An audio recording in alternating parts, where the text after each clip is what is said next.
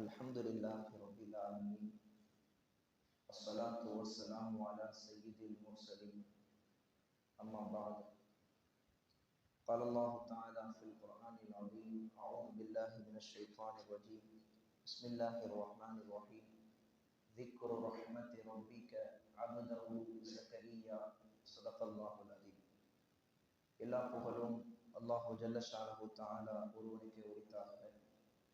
கண்மணி நாயகம் முஹம்மது ரசூலுல்லாஹ் ஸல்லல்லாஹு அலைஹி வஸல்லம் அவர்களின் மீதும் நற்பாக்கியங்கள் நிறைந்த அவர்களின் உம்மத்தினர்கள் மீதும் அல்லாஹுவின் சாந்தியும் சமாதானமும் என்றென்றும் நின்று நிலவட்டுமாக. ஆமீன்.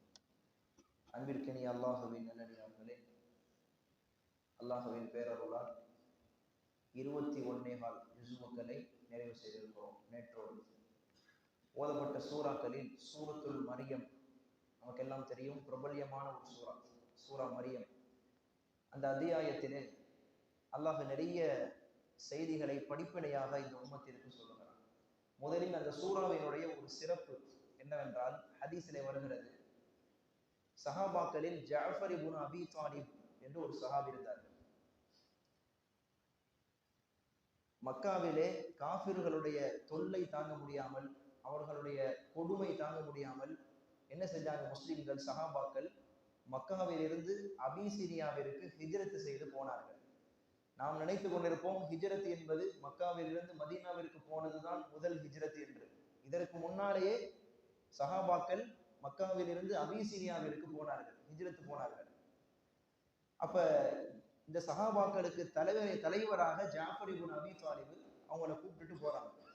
இவர்கள் இங்கிருந்து அங்க போன செய்தி மக்காவில் இருந்த காஃபிர்கள் தெரிந்து கொண்டு அவர்களை எப்படியாச்சும் மறுபடியும் இங்க கொண்டு வந்துடணும், அவங்க நம்ம கஸ்டடி தான் இருக்கணும், நம்ம தான் அவங்களுக்கு தொல்லை கொடுக்கணும், நம்மளுடைய கொடுமையில தான் அவங்க வாழணும் என்று முடிவு பண்ணி என்ன செஞ்சாங்க?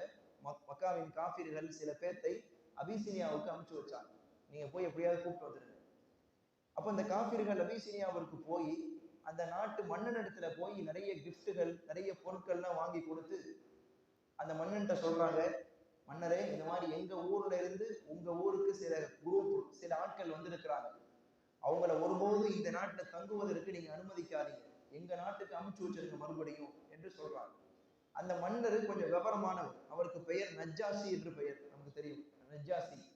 அவர் சொன்னாரு, அதெல்லாம் முடியாது, அது எப்படி ஒருத்தரை விசாரிக்காம அப்படி எப்படி பண்ண முடியும், அவங்கள கூப்பிட்டு என்னன்னு தீர விசாரிச்சு விட்டு தான் அனுப்புவேன்னு சொல்லிட்டார். சொல்லி சஹாபால கூப்பிட்டு விட்டார்.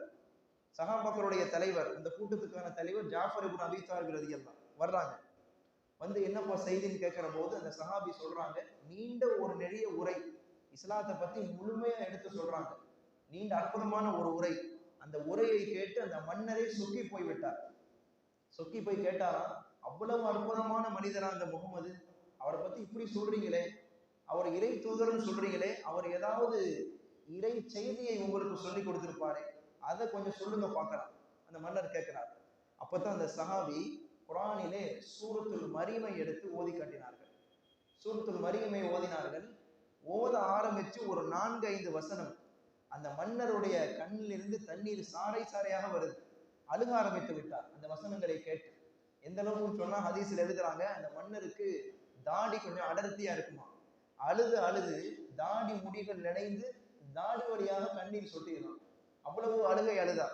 சூரத்துல் மரியமை முழுமையாக ஓதி காட்டினார்கள்.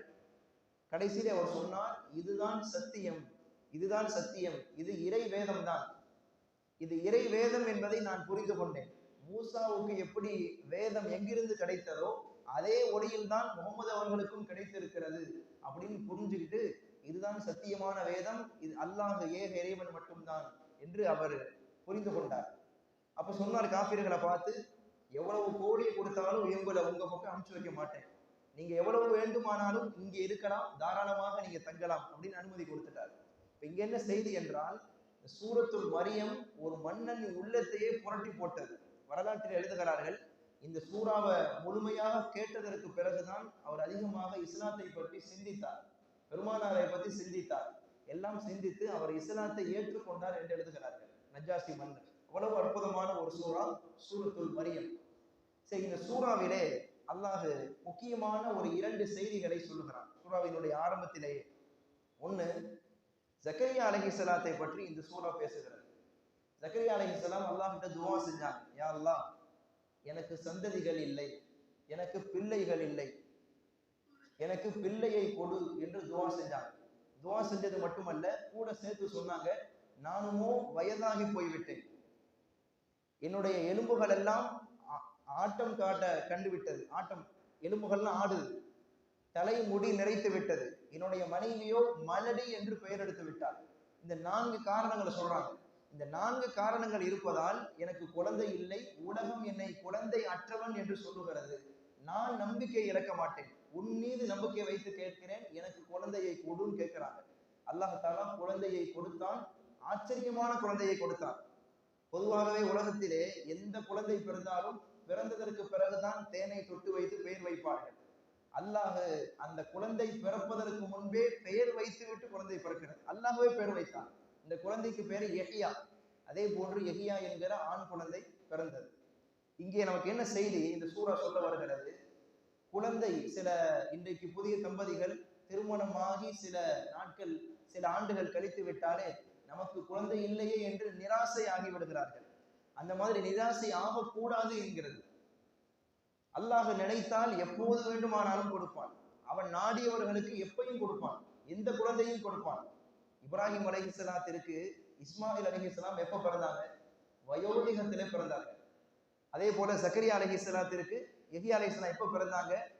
எலும்புகள் ஆட்டம் கண்டு விட்டது, தலை முடிகள் நிறைத்து விட்டது, அவ்வளவு வயசான காலத்துல அல்லாஹ் குழந்தையை கொடுத்தான். இப்ப அல்லாஹ் நினைச்சா எப்ப வேண்டுமானாலும் குழந்தையை கொடுப்பான். அப்ப குழந்தை இல்லையே என்று நிராசையாக கூடாது என்று இந்த வசனம் சொல்லுகிறது. அதே போல அல்லாஹ் கொடுத்த குழந்தையை ஏற்றுக்கொள்ளவும் வேண்டும். சில பேர் நினைப்பாங்க நமக்கு ஆம்பளை புள்ள வேணும், பிறக்கிறது பூரா பொம்பளை பிள்ளையா இருக்கும். சில பேர் நினைப்பாங்க நமக்கு பொம்பளை புள்ள வேணும், பிறக்கிறது பூரா ஆம்பளை பிள்ளையா இருக்கும். அல்லாஹ் கொடுப்பதை சில பேருக்கு கலந்தும் கொடுப்பான். ஆக கொடுத்ததை ஏற்க வேண்டும். ஐஷா ரலியல்லாஹு அன்ஹா அவங்களுடைய வரலாற்றில் எழுதுறாங்க, அவங்க காலத்துல மக்கள் ஒரு புள்ள பிறந்துருச்சுன்னா ஒருத்தருக்கு என்ன புள்ள அப்படின்னு போய் கேட்பாங்க. என்ன புள்ள ஆர்வமா இப்ப கேட்பாங்கல்ல, அல்ஹம்துலில்லாஹ் புள்ள பிறந்துருச்சுமான்னு செய்தி சொன்னா உடனே அடுத்த கேள்வி என்ன புள்ளன்னு தான் கேட்பாங்க. அந்த மாதிரி என்ன புள்ளன்னு வந்து கேட்பாங்க. ஐஷா ரலியல்லாஹு சொல்லுவாங்க, முதல்ல என்ன புள்ளை என்று கேட்கிறத விடுங்க, ஆண் பிள்ளையும் பெண் பிள்ளையும் அல்லாஹ் தான் கொடுத்தது. அது என்ன பிள்ளையா இருந்தா என்ன, பிள்ளை நன்றாக இருக்கிறதா, ஆஃபியத்தாக இருக்கிறதா, உறுப்புகள் சரியாக இயங்குகிறதா, அல்ஹம்துலில்லாஹ் என்று ஏற்றுக்கொள்ளுங்கள். அது எந்த குழந்தையாக இருந்தா என்ன அப்படின்னு ஆயிஷா ரலியல்லாஹு கேட்பாங்க. அப்ப அல்லாஹ் கொடுத்ததை ஏற்க வேண்டும். கொடுக்காதவர்கள் அல்லாஹ் கொடுப்பான் என்று நம்பிக்கை வைத்து துஆ செய்ய வேண்டும். இது இந்த சூரா சொல்லுகிற முதல் செய்தி. அடுத்து பாருங்கள், இந்த சூறாவிலே அல்லாஹ் சொல்லுகிறான், மரியம் அலைஹிஸ்ஸலாத்தினுடைய தாயார் தன்னுடைய பிள்ளைக்காக துஆ செஞ்சாங்க. அல்லாஹ் அந்த துஆவையும் கபூல் செய்தான். பொதுவாகவே பெற்றோர்கள் செய்யக்கூடிய துஆ அது பிள்ளைகளுக்கு உடனே கபூலாகும், சக்தி வாய்ந்த துஆ. உதாரணத்திற்கு பாருங்கள், உலகமே ஒருவருடைய குரலை கண்டு சொக்கி போயிருக்கிறது. யார் அவர்? மக்காவினுடைய ஹரம் ஷரீஃபினுடைய இமாம் ஷேக் அப்துல் ரஹ்மான் அல் சுதைசி. அவருடைய குரலுக்கு உலகமே மயங்கி போயிருக்கிறது. இன்றைக்கும் கரண்டில் நின்று மக்காவிலே ஹரம் ஷரீஃபிலே தராபீஹ் தொழ வைக்கிறார், குர்ஆனை ஓதி. அவர் ஒரு தடவை மக்களுக்கு பிரசங்கம் செய்கிற போது சொல்லுகிறார், ஒரு ஊர்ல ஒரு கதை ஒண்ணு சொல்றாரு. ஒரு ஊர்ல ஒரு சின்ன பையன், இந்த சின்ன பையன் கொஞ்சம் விளையாட்டுத்தனமா குறும்புத்தனமா உள்ளவன். ஒரு தடவை அவன் வீட்டுக்கு விருந்தாளி வர்றாங்க சில பேர். வீட்டில் இருக்கிற தாயார் என்ன செஞ்சாங்க, விருந்தாளி வந்துட்டாங்கன்னு சொல்லி நல்ல விதவிதமாக உணவுகள் சமைத்து ரெடியா சுட வந்து வைக்கிறாங்க. சாப்பிடுவதற்கு தயாரா இருக்கு உணவு. அந்த வீட்டுல இருந்த சிறுவன் என்ன செஞ்சான், வெளியே போய் 2 கை நிறைய மண்ணை அள்ளி நேரா உள்ள வந்து ஆக்கி வச்சிருக்கிற சாப்பாடுல போட்டுட்டான். போட்டு ஒரு கலக்கி விட்டான். என்னமோ சீனி அள்ளி போட்டு கலக்கிற மாதிரி மண் அள்ளி போட்டு கலக்கிட்டான். அந்த தாயார் பார்த்துட்டு கடுமையாக கோபப்பட்டாங்க. பொதுவா அந்த இடத்துல யாராக இருந்தாலும் வேற மாதிரி கோபம் வரும். அந்த தாய் கோபப்பட்டு சொன்னாங்களா, இப்படி செஞ்சுட்டியடா, அல்லாஹ் உன்னுடைய ஹரம் ஷரீஃபுக்கு இமாமாக்கட்டும் அப்படின்னு திட்டுறதையும் ஒரு துஆவா செஞ்சிருக்காங்க. இமாம் சுதைசி அவர்கள் இந்த கதையை சொல்லிட்டு, அது வேறு யாரும் இல்லை, நான் தான், என் தாய் செய்த துஆவால் தான் எனக்கு இப்படிப்பட்ட இமாமாக இருக்கிற பாக்கியம் கிடைத்தது என்று சொல்லுவார். பெற்றோர்கள் செய்கிற துஆவுக்கு அவ்வளவு பவர், அவ்வளவு சக்தி இருக்கிறது, கபூலாகக்கூடிய துஆ.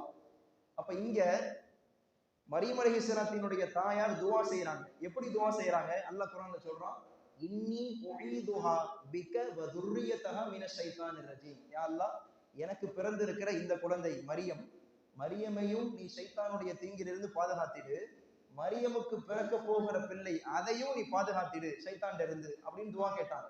பாருங்கள், உலகத்திலே எந்த மூலையில் எந்த குழந்தை பிறந்தாலும் பிறந்த உடனே என்ன செய்யும்? அழுகும்.